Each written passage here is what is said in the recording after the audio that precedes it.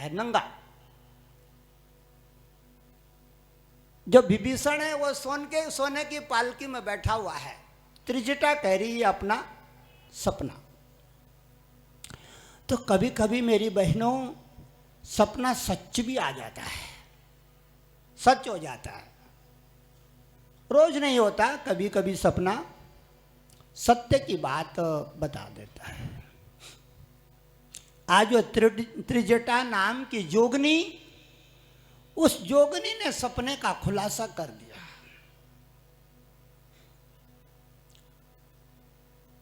सारी सखियों को कह रही है इस सीता को निरादर मत करो, तिरस्कार मत करो। मैंने सपने में इसको इसके पति के साथ में विमान में उड़ते देखा है, सोने के विमान में। यह लीला जब चल रही थी, हनुमान जी पेड़ के ऊपर छिपे हुए पत्तों में छोटा रूप बना करके उन्होंने कहा ये धन्य है ये त्रिजटा, मैं तो अभी आया ही हूं, इसने मेरे को सपने में भी देख लिया कि बानर आ गया। ये त्रिजटा ज्ञानी है, जोगनी है।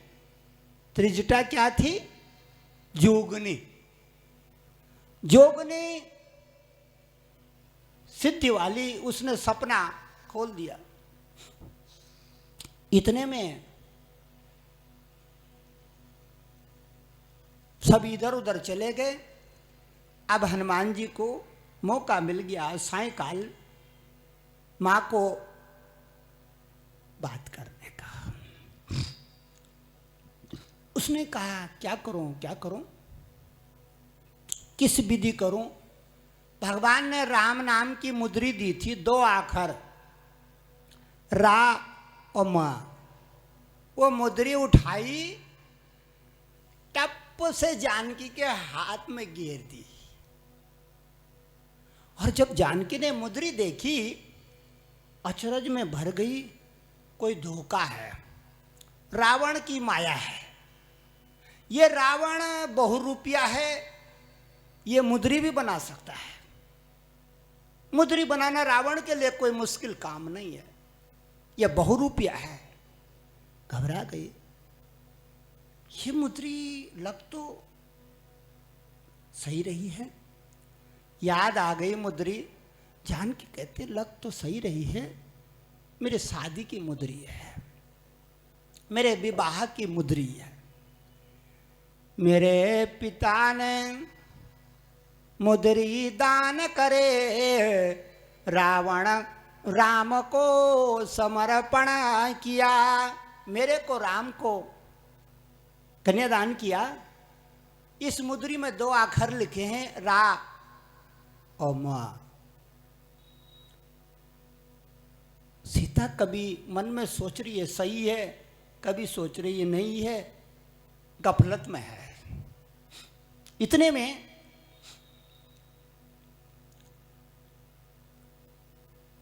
सीता कहती है जिसने ये मुद्री फेंकी कोई ना कोई तो होगा जरूर,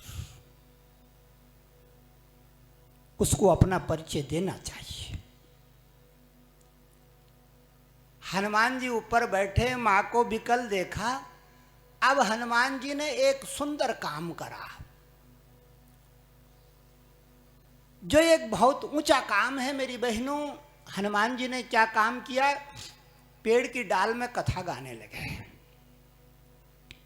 क्या गाने लगे? कथा। और जब हम कथा गाते हैं तो उसका क्या असर होता है, ध्यान से सुनो।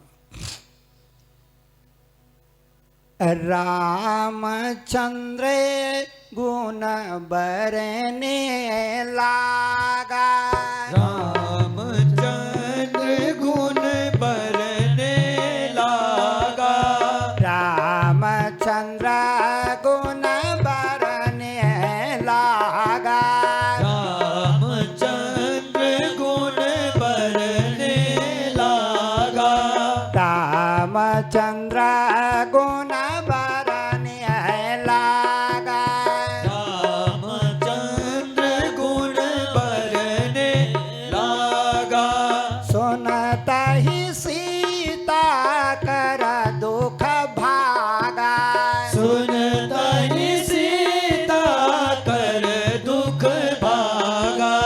सुनत ही सीता कर दुख भागा। सुनत ही सीता कर दुख भागा। सुनत ही सीता कर दुख भागा।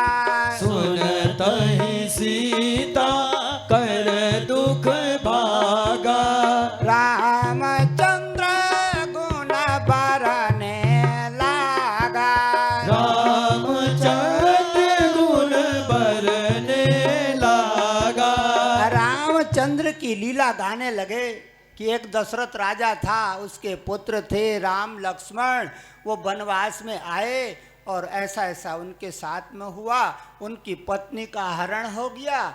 वो इसके बाद में सुग्रीव से मिताई करी। मैं सुग्रीव का दूत हनुमान, भगवान का सेवक हनुमान, आज लंका में दर्शन करने आया और आज मैंने माँ के दर्शन किए, कथा लगाने लगा। इनको बार बार मत बोलो, नहीं इधर जाने के लिए, रोक देना अपनी बात। अब क्या हुआ, कथा सुनाने लगा। तो मेरी बहनों, जब हम कथा सुनते हैं तो क्या होता है, हमारी व्यथा मिट जाती है। कोई आदमी ऐसा नहीं है जो दुखी न हो संसार में खेल करते करते। दुखी तो होते ही हैं, हर एक आदमी होता है दुखी,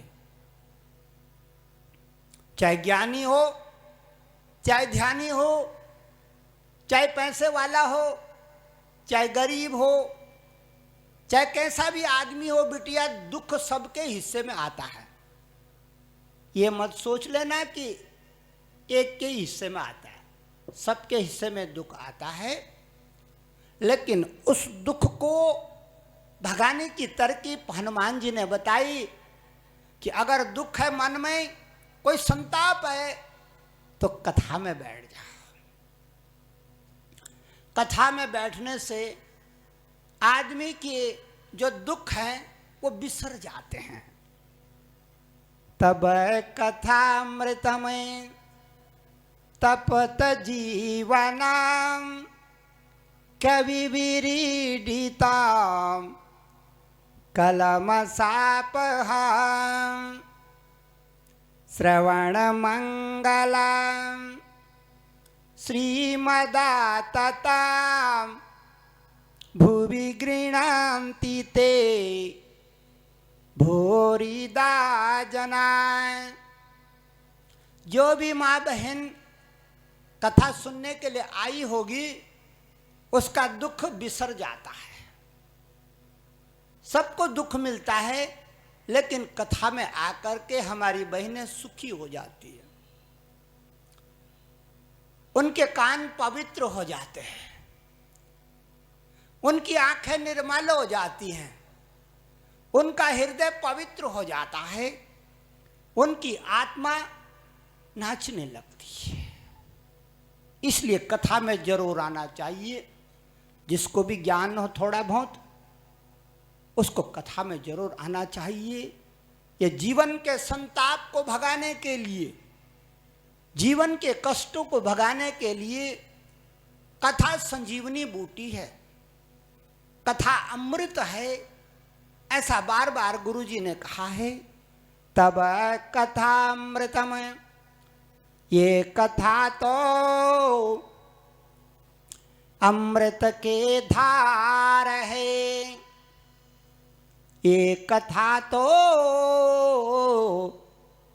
अमर कथा है, ये कथा तो अमृत की गंगा है। वहीं पर जाकर समझा देना उनको। ये कथा तो अमर रस की धारा है, रामाचरण चितलाना कभी न भूलाना, ये जीवन 2 दिन का। रामचरित चितलाना कभी न भुलाना, ये जीवन 2 दिन का। रामाचरण चितलाना कभी न भूलाना, ये जीवन